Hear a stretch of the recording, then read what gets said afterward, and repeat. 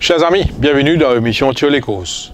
Nous entame cette semaine, la troisième journée déjà, et que l'épreuve phare pour déroule sur 1400 mètres, il nous réunit 7 chevaux. Mais avant qu'il nous entame la troisième journée, il nous fait un petit pas en arrière. Nous peut-être un coup la semaine dernière, nous suis dire qu'il n'a pas le Salut Cup, c'est une course de toute beauté qui peut attendre nous. Effectivement, nous avons un beau vainqueur, c'est Blomieway.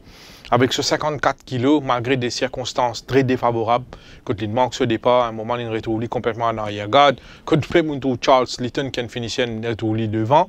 Prince of Thieves aussi qui manque un petit peu ce départ. Mais la bonne décision a été prise par Girish Koumani qui, quand le train ralentit devant, quand ce cheval commence à tirer, il switch out, il stole the lead, il allait. Et Mokwa, il prend la très bonne décision, vu qu'il tient non seulement 54 kg, il permet à Blomieway franchir un autre palier. Donc, il remporte un groupe 3. C'est un coursier Mokwa qui, en 2017, nous avons beaucoup plus encore et pour vivre avec ce coursier-là, et qui est vraiment exceptionnel. Si vous regardez bien ce parcours sur le sol mauricien, il gagne seule défaite, c'était dans la Coupe d'eau, quand il est parti démérité l'année dernière, mais par la suite, il gagne tout sur les courses, et au grand bonheur de ce ban propriétaire, de ce entraîneur, assistant-entraîneur, et de palefrenier, des track riders, du jockey. Et donc, bravo à Blomieway, bravo à l'entourage de ce brillant coursier dans ces courses-là. Je peux dire, moi, il y a beaucoup d'appréhension par rapport à Charles Litton, qui est un très bon coursier. Il est un petit peu lourd dans son action à l'entraînement. Moi, il est un petit peu sceptique. Moi, il a une petite préférence pour Prince of Thieves. Mais Charles Litton, avec ça, les courses-là dans les jambes, c'est un coursier à suivre de très près. Ray Mtika fait mieux.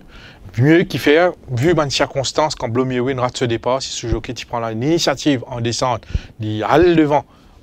Au lieu avant qu'il Blomieway déclenché, vous pensez qu'il a fait mieux, même cause de la surprise. Rame aussi reste un top sprinter. La bonne course de Prince of Thieves est à retenir. Il perdit un petit peu souvent de chance quand il prend un mauvais départ, il buté au départ, mais que vous regardez bien, il termine très fort, il finit à moins d'une longueur du gagnant. Chinese Gold, malchanceux en ligne droite, qui a beaucoup de difficultés pour lui trouver un passage, mais lui aussi, il n'est pas démérité. À noter aussi la bonne performance de One Cool Dude, qui définitivement, si bien ça parcours là, si bien ça les courses là, il peut faire définitivement mieux sur un parcours un peu plus long. Nous pouvons découvrir cette semaine le nouveau jockey de l'écurie Amarcio Dial, le jockey Palmer. Et là, ce qui intéresse nous, c'est la 6e course de cette 3e journée et de T-Printers 25th Anniversary Cup qui peut dérouler sur 1400 mètres. Nous retrouve le vieux routier, le valeureux Bulsara en piste. Et Tipano se retraite à un moment, mais vu sa santé, vu et sur l'état actuel, l'entourage il décide pour garder en compétition. Et Bulsara, nous tout connaît, c'est un coucher très valeureux. Mais à mon homme, à vie, je pensais 1400 mètres pour une reprise, capable, ça avait un petit peu trop coupe ses aptitudes. Il est bien physiquement, d'ailleurs dans le défi TUF, nous soulignons ça. Il est très bien même, il bien travaille, mais 1400 mètres avec 61 kg paraît un petit peu compliqué pour le vieux et valeureux Bulsara. Les principaux prétendants sont, il y en a 2 couchers de Roussette, Scott Snug Everest, qui donne forme appréciable. Scott Snug, nous tout connaissons, il fait très bien le saut fraîcheur. D'ailleurs, il fallait remporter la Duchesse. L'année dernière, il a échoué de très peu face à son compagnon de boxe, Night in Seattle.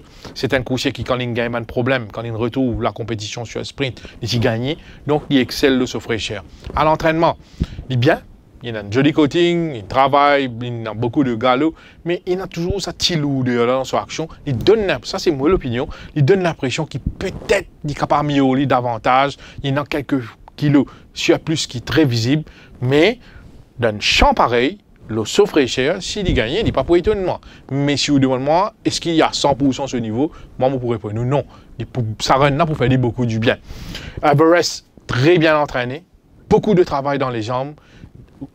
C'est un gris qui est vraiment expressif à l'heure des galops. C'est un outsider valable.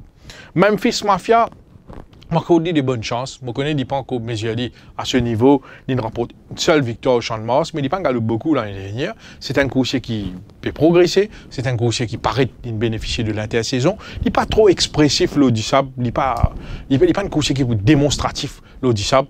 Mais ce galop en compagnie de Mardi, en compagnie de Top Jet, c'est qui m'ont content avec lui à un moment quand on suit sa galop-là, et il est un petit peu décroché, il est sur les flancs de Top Jet qui est dominateur, mais en montée, quand Ryan demande un petit effort entre les 1200 mètres poil jusqu'aux 1000 mètres, là où Memphis Mafia, il prend le mot, il a une jolie action à monter, on est bien content de ce travail-là. Avec une première ligne, 59 kg, Memphis Mafia, il a tous les atouts pour bien faire et même remporte la course, mais la sixième reste très ouverte, pénant vraiment un cheval qui sort du lot, qui est au-dessus du lot, et vu, vous connaissez en début de saison, beaucoup de coursiers, ils ont pas encore à 100%, et dans Bizaban Run, ces courses-là restent difficiles à cerner, difficiles de déclarer une pénalité kick, comment nous dire, dans cette sixième course, qui m'a pensé, est très ouverte. Memphis Mafia, pour vous mettre à la première place, Everest, Scott Snug, et pour compléter le quartet, pour vous mettre Hillbro, et de l'écurie Narang, qui reste un outsider très valable. La première course pour déroule sur 1400 mètres. Des points intéressants, nous suivons le nouveau de l'écurie Manga, un jeune de 3 ans, Dark Force. C'est un coursier qui galope seulement 5 fois en Afrique du Sud, il est victorieux en une occasion et il est placé 4 fois. Donc c'est un sujet très régulier. Il même participe dans les courses de groupe 3 quand il est placé. Ça donne nous une indication de ce valeur. La semaine dernière, nous trouvons un jeune coursier, without a doubt, toujours très green, mais vu qu'il est déjà dans le groupe N, il est le favori de la dernière course. Nouveau, toujours nous appréhende un petit peu ce comportement, même s'il est green, même s'il est un petit peu difficile, il remporte la victoire. Et Dark Force paraît bien placé dans sa première course-là, vu que c'est un champ très moyen. Dark Force à la première place. À la deuxième place, on met Call of Courage qui a une chance d'écurie. C'est un coursier qui gagne préparation à Post-Lafayette, il pour lui quand il travaille. C'est un coursier qui a beaucoup de succès au Champ de Mars, une seule victoire, 11 placés en 25 sorties, mais Call of Courage, sur sa fraîcheur, avec sa troisième ligne, c'est un outsider valable. Mon point inclure dans le tiers, c'est Luck-Cheddi, vu qu'il peut mettre des Binkers pour la première fois, vu qu'il peut venir après bon problème, il peut venir après repos, il paraît bien dans ce lapot physiquement, première ligne avec Nishal Tia, mon point inclure dans le tiers, et pour compléter le quartet, mon point ajoute le nouveau de l'écurie Gazeta, Rasta Rebel, un Ongalzan de 3 ans, qui bien travaille, qui a beaucoup de travail dans les jambes, il est toujours un petit peu immature, mais il dévoile des qualités à l'heure des galops. Avec seulement 55 kg, c'est un outsider très valable. La deuxième course sur 1400 mètres, pourquoi pas Gameloft? Un sujet très régulier. Oui, il termine la saison 2016 sur une note. Écoute, il y a beaucoup de polémiques concernant le doping case, mais Gameloft, c'est un sujet très régulier. Il pas de remporte moins de victoires en 2016, mais vous guettez à chaque fois, il n'est pas démérité, il n'est pas termine loin des gagnants, il toujours figure à l'arrivée. On a vu sur une prestation à l'entraînement avec ce deuxième ligne, avec Robert Cathy qui est en confiance, qui remporte 2 belles victoires la semaine dernière. Les chevaux de l'écurie Narang pégale bien. Moi, je pense que Gameloft peut une belle carte à jouer. Le danger pour Gameloft, c'est bien sûr Downraid, qui 1400 mètres, ce n'est pas nécessairement ce parcours de prédilection, pas oublié dans la 6e ligne. Bon, paye un petit peu cela, il est super favori au papier, mais ce n'est pas une course gagnée d'avance pour Downraid. Bon, point que le à la 2e place, 3e, 4e place, pour mettre Mexican Sen, un nouveau de l'écurie Alette, et surtout Chester's Wish de l'écurie Urchan, une chance d'écurie s'accrocher là, c'est un coursier qui paraît, il profite de l'intersaison. Beaucoup de coursiers se transforment durant l'intersaison. Chester's Wish donne l'impression qu'il est progressé, donc c'est un outsider très valable dans la deuxième. La troisième course sur 1500 mètres. On parle point de victoire de Melson de l'écurie Roussette. Pourquoi Melson? Melson nous connaît lors de sa reprise sur 1365 mètres, il est parti démérité. Il s'y retrouve en arrière-garde complètement. Le jockey les Renat est bien patient et même à l'entame de la dernière ligne droite, il est toujours bien décroché. Quand même ça, il gagne le mérite, termine à seulement 2 longueurs 5 du gagnant. Triad of Fortune, il réalise les meilleurs 400 derniers mètres ça joue là. Et là, avec un run dans les jambes, parcours allongé, il sortit le 1365, il vient le 1500 mètres qui est meilleur pour lui. Sous condition, il a amélioré après un bref séjour à Floréal. Vous pensez que 1500 mètres, c'est le parcours idéal pour Melson. Pourquoi pas Melson dans le Lal Cisaran Cup, pour faire de lui mon favori. Les dangers pour Melson sont Al Firenze, qui n'a pas fait rien de mauvais en 2016, qui m'a pensé une fin prêt pour sa reprise 2017. On a aussi dans les courses ça, quelques outsiders qui démontraient des gros progrès. On a Accountability de l'écurie Vincent Alette, qui malheureusement la 9e ligne a compliqué un petit peu cette tâche. Mais pour les amateurs de placer, pourquoi pas Accountability. Et derrière le duo Melson-Al Firenze, moi personnellement, je place League of Legends, qui est un strong one pacer, qui est un galopeur. Si les gars ont une circonstance favorable, avec l'apport de Jean Bauducci, il capable lead facilement des points de danger. Mais mon favori reste le 2, Melson. La quatrième course sur 1400 mètres, on parle pas d'une victoire d'Argoun. Toujours de l'écurie Roussette, qui fait Argoun. Argoun, c'est un sujet très régulier. Il fait irréprochable en 2016, quand il remporte plusieurs succès. D'ailleurs, lors de ses débuts sous la selle de Derek David, il s'y remporte une belle victoire. Il est confirmé par la suite, placé en plusieurs occasions. Il remporte 2 victoires en fin de saison. C'est un coursier très régulier et qui inspire confiance. L'osso fraîcheur et le fait qu'il paraît pour n'a pas dans les courses, pour faire confiance au bon finish d'Argoun qui peut faire non et de mauvais entraînement. Mais on a toujours en tête un galop qui s'y réalise en compagnie d'Exitir quelques temps de cela, que c'est vraiment très impressionnant. Après ma place, on va mettre Argoun, pour bien respecter le gris, Seul Grey, qui lui aussi est bien régulier à l'entraînement, qui nous dévoile un bon potentiel, qui paraît fin prêt pour se reprise. Seul Grey, c'est le danger pour Argoun. Et à la troisième place, pour mettre un outsider, c'est Buffalo Trip de l'écurie Vincent Alette, soigneusement entraîné surtout à Floréal par le duo Vincent Alette-Ravi Rawa. Buffalo Trip paraît en gros progrès. S'il réussit galope l'osso valeur sud-africaine, attention surprise, même mieux faire 15 contre 1 pour la Buffalo Trip. Si vous comptez en jouer un petit placé, si vous comptez mettre un petit casse un outsider, pourquoi pas Buffalo Trip, incluez-le dans une bonne combinaison, une bonne trifecta ou une bonne quartet. La cinquième course sur 1000 mètres, un joli 1000 mètres plate à nous, c'est deux coursiers qui sont vraiment très valables de notre Chosen Dash et Step to Fame. Step to Fame, intraitable sa parcours là jusqu'ici. Il y a beaucoup de galop, mon cardio, il y a beaucoup de travail, certes, mais il est dans une condition appréciable. Peut-être qu'il est content de s'offrir, son entraîneur connaît qu'il peut faire avec lui. Moi, commencer avec une première ligne avec 56,5 kg, Step to Fame pour un big runner. Chosen Dash reste le danger numéro 1 pour Step to Fame. Chosen Dash a été trained to kill, comment nous dire, confié à Jeannot Barlotier, deuxième ligne. Vous pensez c'est le plus gros danger pour Step to Fame. Et troisième place, pour vous mettre bien sûr le régulier, l'excellent Beluga, qui malheureusement, la sixième ligne, a contrarié un petit peu sur le plan. Mais vu sa régularité, nous tout connaissons son courage, nous tout connaissons son maniabilité, vous pensez Beluga, pas capable d'écarter activement. S'il y a émergé, il remporte la course, il n'est pas pour vraiment une surprise. Step to Fame à la première place, à la deuxième place, on va mettre Chosen Dash, et à la troisième place, on va mettre Beluga. La septième course, sur 1000 mètres, encore une fois, les courses 1000 mètres, le Jason Spetaniel Cup.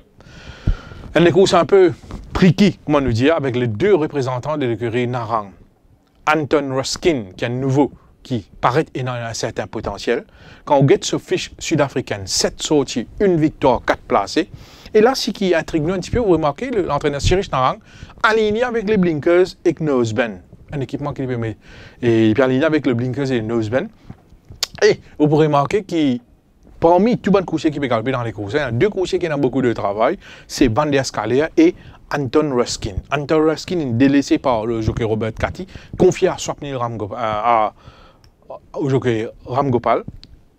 57,5 kg avec la remise de l'apprenti. Attention à ce coursier. Van der Scaler pas fait rien de mauvais en 2016. Au contraire, 3 victoires et quelques placés. C'est un coursier qui a déjà illustré l'eau 1000 mètres sous la selle de Guy Ambert. C'est un coursier un peu difficile, certes, mais là, avec l'avantage de la ligne, première ligne, et Arnold qui nous remporte une victoire avec Without a Doubt, c'est une occasion pour lui de bien faire à nouveau avec Van der Scaler qui reste un coursier valable sur sa fraîcheur. Anton Ruskin, Van der Scaler, et pour compléter le tiers, c'est pour mettre l'autre représentant de l'écurie Narang, Red Hot Poker, qui prend qu'au gagner au Champ de Mars, mais qui ne fait seulement une meilleure performance sur 1000 mètres, pour penser lui aussi le break. L'intersaison fait beaucoup du bien. Attention à ce coursier, surtout qu'il a été choisi par Robert Cathy. La 8e course sur 1500 mètres, on parle pour une victoire d'Anafesto, de l'écurie Jean-Michel Henry, un coursier très malchanceux en 2016, il est placé en plusieurs occasions. Je pensais qu'il méritait au moins une victoire. Et je pensais le style, le hard riding style de Cédric Ségion, car sous Anafesto, je parle pas d'une victoire d'Anafesto. Le danger d'Anafesto, pour moi, dans les courses, pour Emblème Royal, qui excelle dans la course à l'avant, qui fait bien le fraîcheur, s'il réussit lead facilement Emblème Royal, pas de danger. Pas oublier, quand vous check au niveau de balance, vous trouvez qu'il prend 17 kg, que là, il paraît un petit peu light, même s'il est bien fait au journée international, là, le fait qu'il prend 17 kg, paraît faire beaucoup plus du bien. Attention à Emblème Royal, et mon point inclure dans le top 4, Burwaz, avec son bon finish, et le fait qu'il y ait un orange, pas oublier des cigaloupes, il a Digri Pokri tout récemment, il est parti démérité, et un coursier qui a démontré des gros progrès par rapport à l'année dernière, c'est Bright Goom Bertie, qui m'a pu dire comme le outsider de cette course. Voilà, nous faire le tour de cette 3e journée, et donc, Puis, vraiment une certitude pour cette journée, pour un top wins, disons, avec les pincettes, je vous dire Argoon et Step to Fame, ben bon place, chances, je vous dire Everest, Gameloft et Anafesto. Eye catchers pour moi pour cette journée, des chevaux qui m'ont vraiment impressionné à l'heure des galops, Argoon, Dark Force et Melson. Et comme long shots, je vous dire beaucoup de monde content de placer, Trifecta, Quartet, Pick 6, Pick 8, ben long shots qui m'ont dit inclure dans Quartet, c'est Buffalo Trip et Everest. Plus de détails dans le défi turf, bien sûr, côté a beaucoup de détails par rapport à l'entraînement, sans oublier, bien sûr, l'émission de Turf Plus, que nous pourrons aborder les actualités, bien sûr, et surtout les analyses, et que vous pourrez l'occasion aussi de téléphoner, exprimer. En attendant la 4e journée, moi je vous dis merci et à très bientôt.